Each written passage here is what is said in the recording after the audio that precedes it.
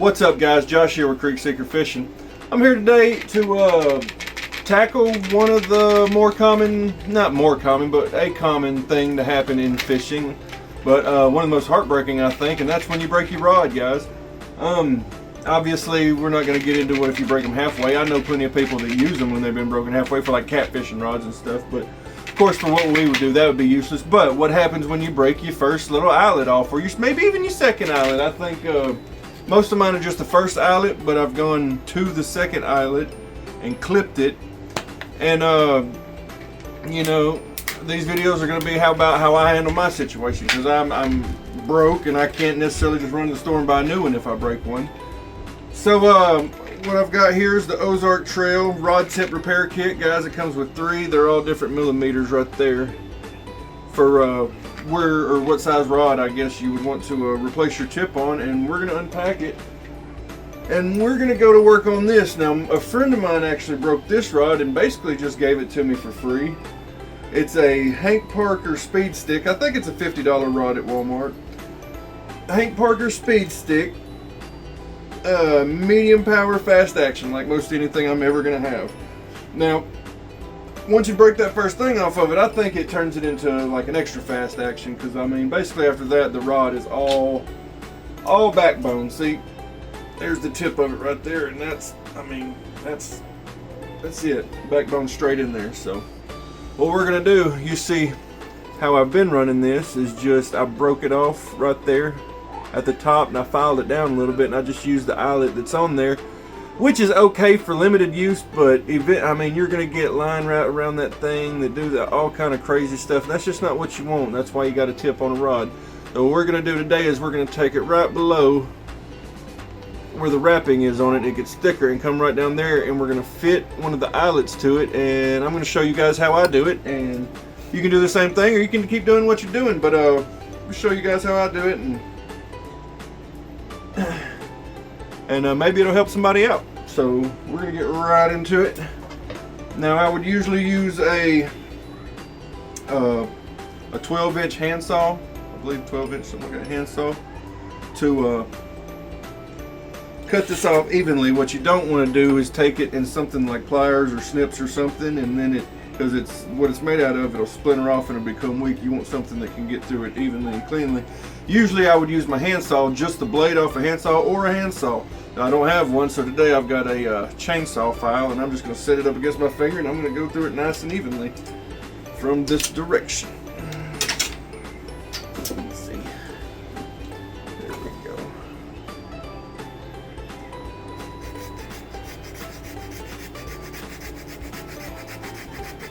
Now, I think this was originally a 7-foot. We're probably, ooh, there we go. And now we just probably gonna turn it into something around a 6.6 before this is over with.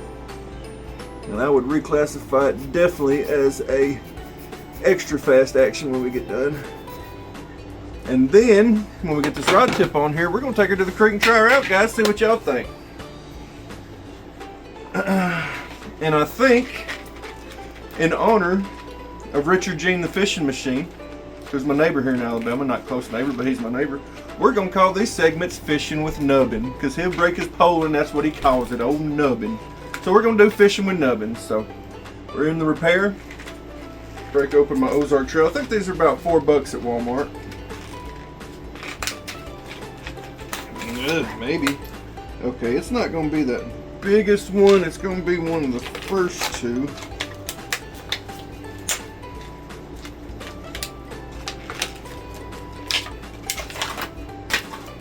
See, guys, I have 5 rod and reel sets. 4 of them are for this, fishing weedless, and one of them's for fishing like anything with a treble hook, really, where the rod needs to have more give in it. And out of that 5, 3 of them are broken. So I thought, you know, it might be a little informative segment for you guys. If I can get this off, and let's fit this. Okay, we've got here.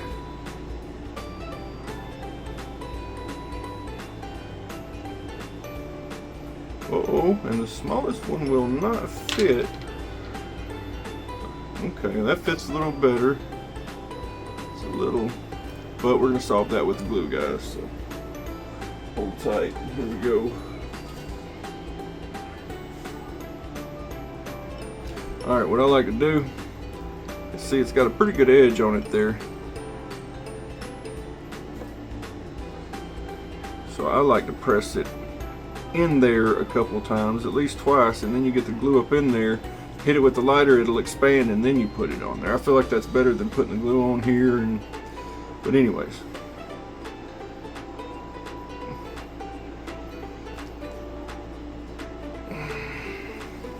Like that, force it down in there, and then you got to kind of rip it to the side to get it out of there. But it'll stay in there, and you'll have your chunk out like that. Do that one more time. It takes a little bit of oomph to do it, guys, but it's doable. And the end result is what you want. All right, it's 2 good times we've took it down through there. So, now first of all, we are going to take a little bit and put it right here.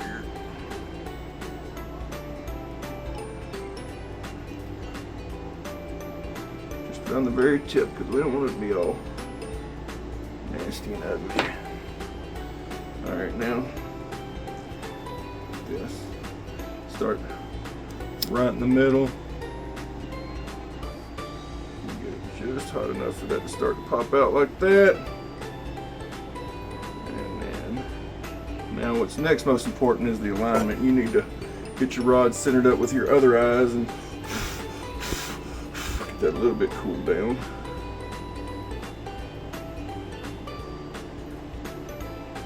Whew.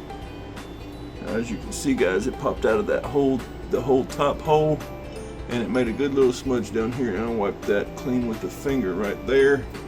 And like I said, just the next important part is to get this alignment right. It takes about 20-30 a minute to cool, so you got about 20 to 30 seconds to mess with it and get that alignment right.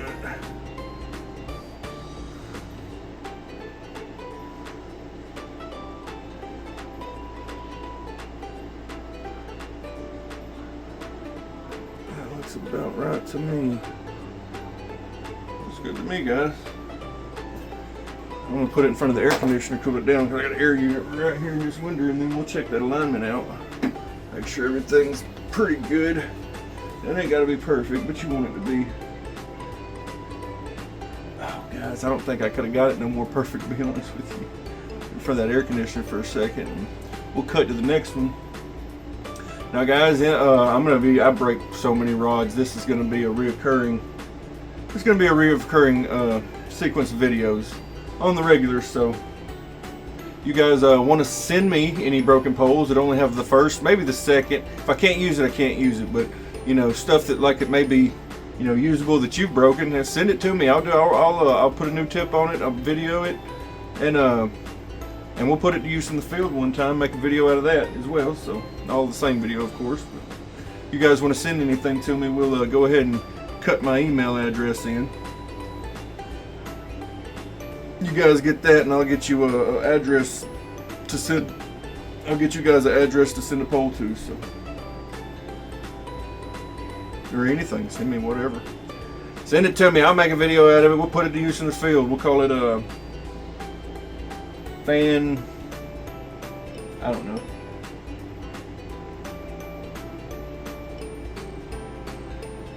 Alright. That thing ought to be good on there. Woo-hoo. I mean, like it would never even broke. I'm a little bit of a perfectionist, so I don't want to knock that top one off of it. Oh. Unit that was on it. You guys know how I fish. I always fish weedless in the creeks.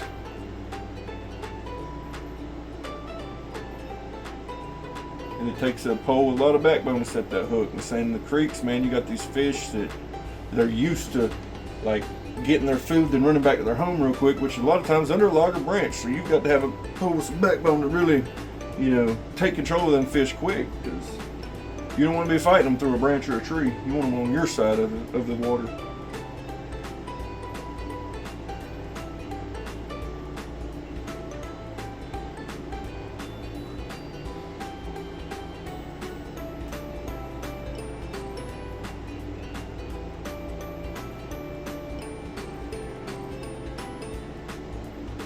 Well, dang.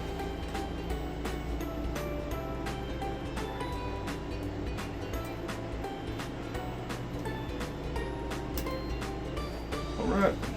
It's good to me, guys.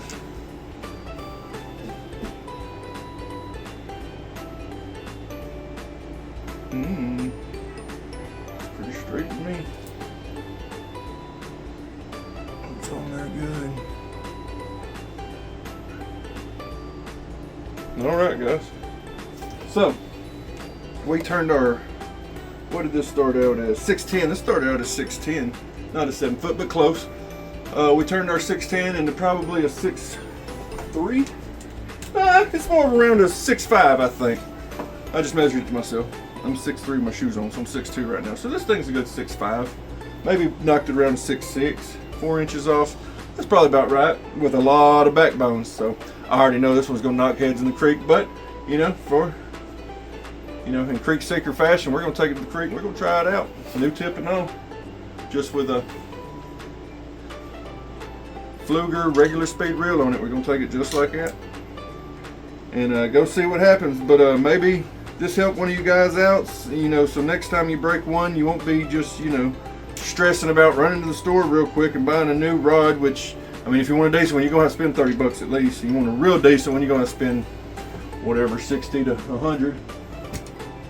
So maybe I help somebody save them a little bit of dough. You know, a $4 tip replacement kit beats a $60 rod, but some of us just can't, you know. But anyways, you guys got the email address, and up next we'll be taking it out of the creek in the morning, and just stay tuned, guys.